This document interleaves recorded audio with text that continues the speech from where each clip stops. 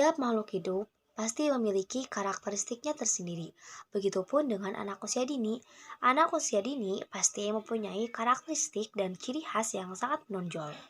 Karakteristik tersebut diantaranya adalah yaitu ada unik, egosentris, aktif dan energik, memiliki rasa ingin tahu yang kuat, eksploratif, spontan, memiliki imajinasi yang tinggi, mudah frustasi, kurang memiliki pertimbangan, senang dengan pengalamannya, tidak fokus, dan mudah lupa.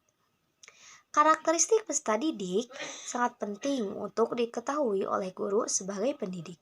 Karena ini sangat penting untuk dijadikan acuan merumuskan strategi pembelajaran yang ingin dicapai.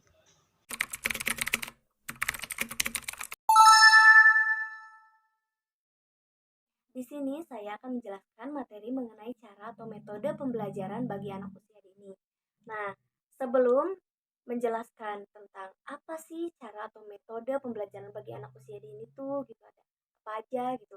Nah, di sini saya akan membahas terlebih dahulu mengenai apa itu pembelajaran anak usia dini.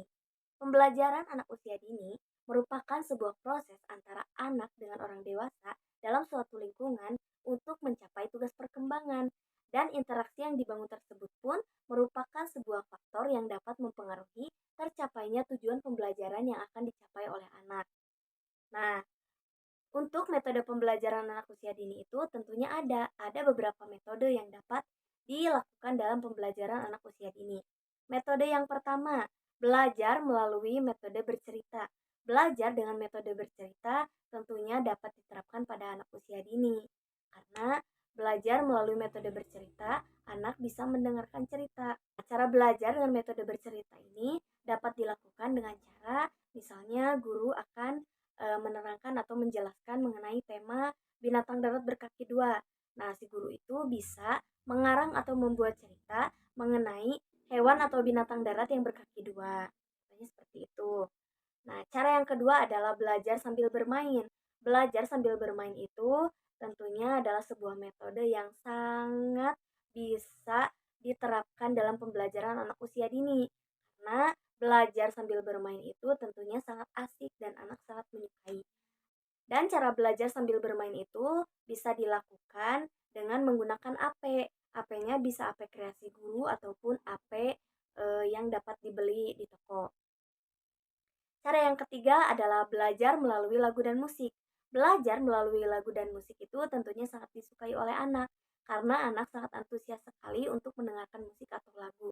Cara belajar melalui lagu dan musik ini bisa diterapkan dengan cara contohnya seperti misalkan di sini guru akan menerangkan mengenai materi profesi. Nah, jadi si guru itu bisa menerangkan tentang profesi itu dengan cara lagu dan musik gitu. Jadi guru itu bernyanyi mengenai tema yang akan disampaikan. Keempat, ada cara belajar dengan menggambar.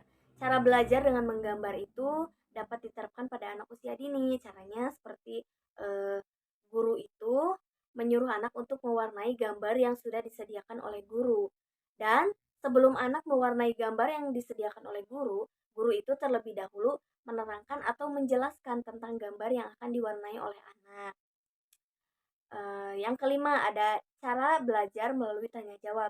Cara belajar melalui tanya jawab ini tentunya eh, bisa diterapkan pada anak usia dini karena cara belajar melalui tanya jawab ini tentunya dapat meningkatkan antusias anak dalam belajar gitu. Contohnya misalkan jika gurunya bertanya kepada anak misalkan anak-anak apakah ada yang tahu ayam itu kakinya ada berapa? Nah, otomatis di sana si anak pasti akan menjawab, Bu, kaki ayam itu ada dua, dan anak akan antusias untuk menjawab pertanyaan itu. Yang keenam, ada belajar dengan cara kerja kelompok. Belajar dengan cara kerja kelompok itu tentunya dapat dilakukan atau dapat diterapkan pada pembelajaran anak usia dini karena metode belajar dengan cara berkelompok itu dapat meningkatkan kerjasama tim pada anak, dapat mengembangkan sosial anak, dan metode belajar dengan kerja kelompok ini bisa diterapkan oleh guru-guru di sekolah dengan cara anak itu disuruh untuk menyusun balok menjadi sebuah rumah. Jadi bagaimana caranya agar si kelompok anak itu bisa menyusun balok menjadi sebuah rumah. Mungkin caranya bisa dengan seperti itu. Yang ketujuh ada belajar melalui karya wisata. Belajar melalui karya wisata itu tentunya sangat disukai oleh anak dan anak sangat senang sekali apabila belajar dengan cara karya wisata. Belajar dengan cara karya wisata itu dapat diterapkan dengan cara misalkan di sini guru akan menerangkan mengenai hewan darat berkaki empat. Nah, guru bisa membawa anak ke kandang sapi atau ke kandang domba dan guru bisa menjelaskan mengenai hewan tersebut secara langsung dan memperlihatkannya secara langsung.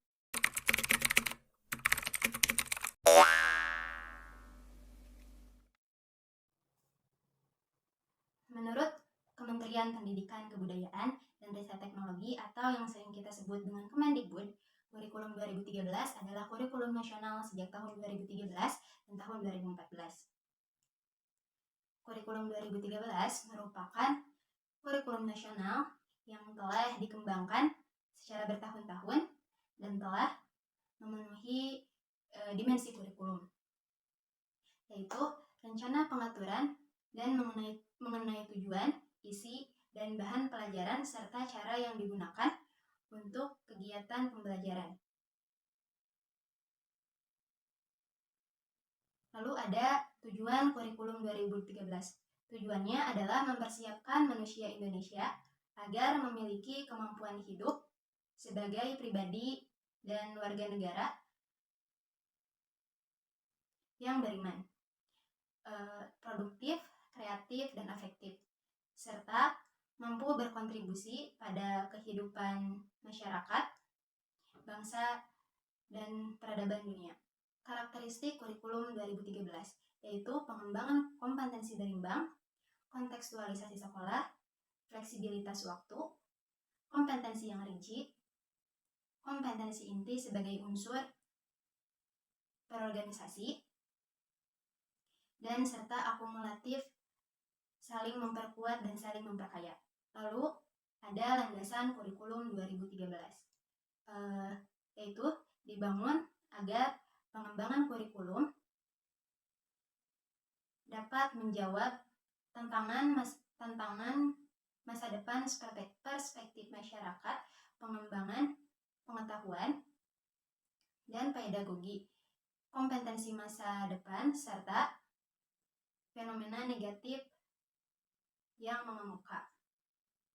Lalu ada 4 kompetensi inti atau KI yang dituju. Yaitu 1. Kompetensi inti sikap spiritual, 2. Kompetensi inti sikap sosial, 3. Kompetensi inti sikap pengetahuan, 4 kompetensi inti keterampilan. Lalu ada panduan pembelajaran dan asesmen kurikulum 2013. Panduan ini merupakan dokumen yang berisi prinsip, strategi, dan contoh-contoh yang ditujukan untuk memandu pendidik dan satuan pendidik dalam merencanakan, melaksanakan, dan mengevaluasi pembelajaran serta asesmen yang sesuai dengan regulasi terbaru.